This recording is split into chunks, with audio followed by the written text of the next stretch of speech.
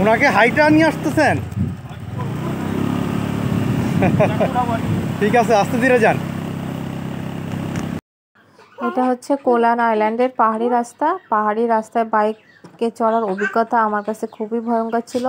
একটু আগে যে ভাইয়াগুলোকে দেখলেন, ওনারা বাইক থেকে পড়ে গিয়েছিল। পড়ে গিয়ে ওনাদের বাইক স্টার্ট হচ্ছিল না।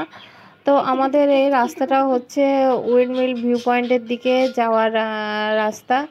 তো এই পাহাড়ি রাস্তাগুলো এতটাই মানে কি বলবো, মানে সোজা বাংলায় বলতে গেলে এতটাই খাড়া, আসলে কোনো ভালো ড্রাইভার না হলে এটা চালানো অনেকই মুশকিল।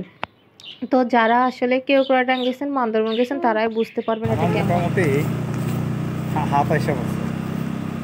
প্রথমে ওই প্রথম ভয়টাই হচ্ছে মেইন, প্রথম ভয়টাই মেইন। তারপরে আসলে আর ইয়ে না। বাট ওনাদের বাইকটা ভালো, ওনাদেরকে নতুন বাইক পাইছে ওনারা, বুঝছো। আমার বাইকটা কিন্তু পুরান, আমার নতুন বাইকগুলো আর একটু ভালো আমি চালাতে পারতাম। আমার ব্রেকগুলো তো ভালো কাজ করে না।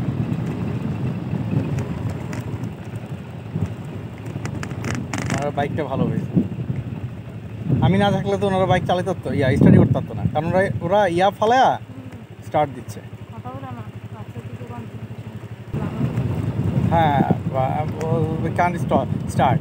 তো কথা শুনে বলছি যে আর ভয়ের আর ফিল্ম তো বাংলাদেশ। ও ভাই, বাংলাদেশি।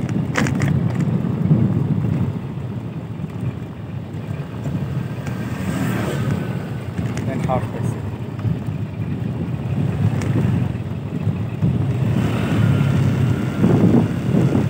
আমি না থাকলে সারাদিন বই থাকতে,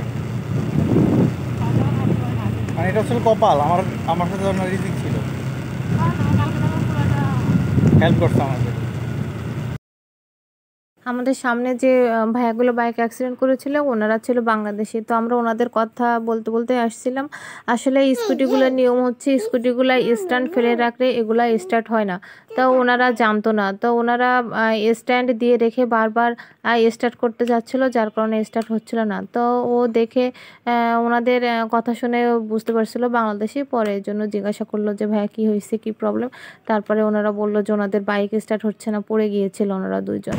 তো তারপরে ও ওদের বাইকটা স্টার্ট করে দিল।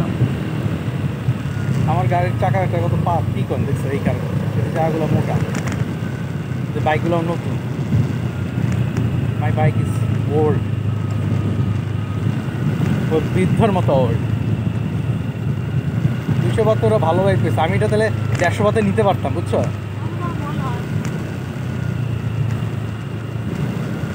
যাক, ভালোই যা হয়েছে,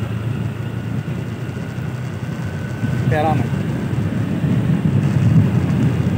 60 বাতে হিসাব করে বিদেশ ভ্রমণ করতে গেলে তো আর হবো না।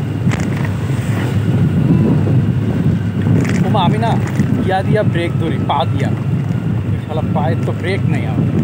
যেহেতু ভিউ পয়েন্টগুলো পাহাড়ের উপরে হয় আর বিচগুলো সমতল ভূমিতে হয়, তো আমাদের একটা করে ভিউ পয়েন্টে যাওয়ার জন্য পাহাড়ের উপরে উঠতে হচ্ছিল, আবার আরেকটা বিচে যাওয়ার জন্য পাহাড়ের সমতলে নেমে আসতে হচ্ছিল। তো আমরা প্রথমে তাওয়ান ভিউ পয়েন্টে গিয়েছিলাম, পর ওখান থেকে পাহাড় থেকে নেমে আবার তাওয়ান বিচে গিয়েছি। তারপর ওই তাওয়ান বিচ থেকে আবার উপরে পাহাড়ে উঠে আমরা উইন্ডমিল ভিউ পয়েন্টে গিয়েছি, এটা সবচেয়ে উঁচুতে।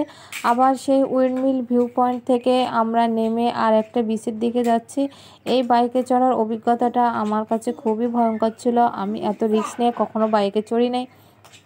আর আমার ছেলের বাবা যে বাইক চালাচ্ছিল, তার তো অনেক সাহসের প্রয়োজন ছিল।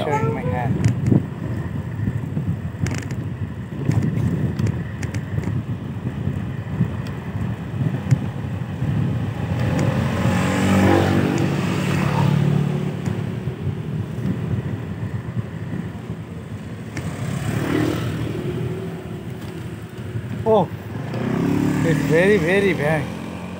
Very, very, very. আমরা এখন যাবো কোন দিকে?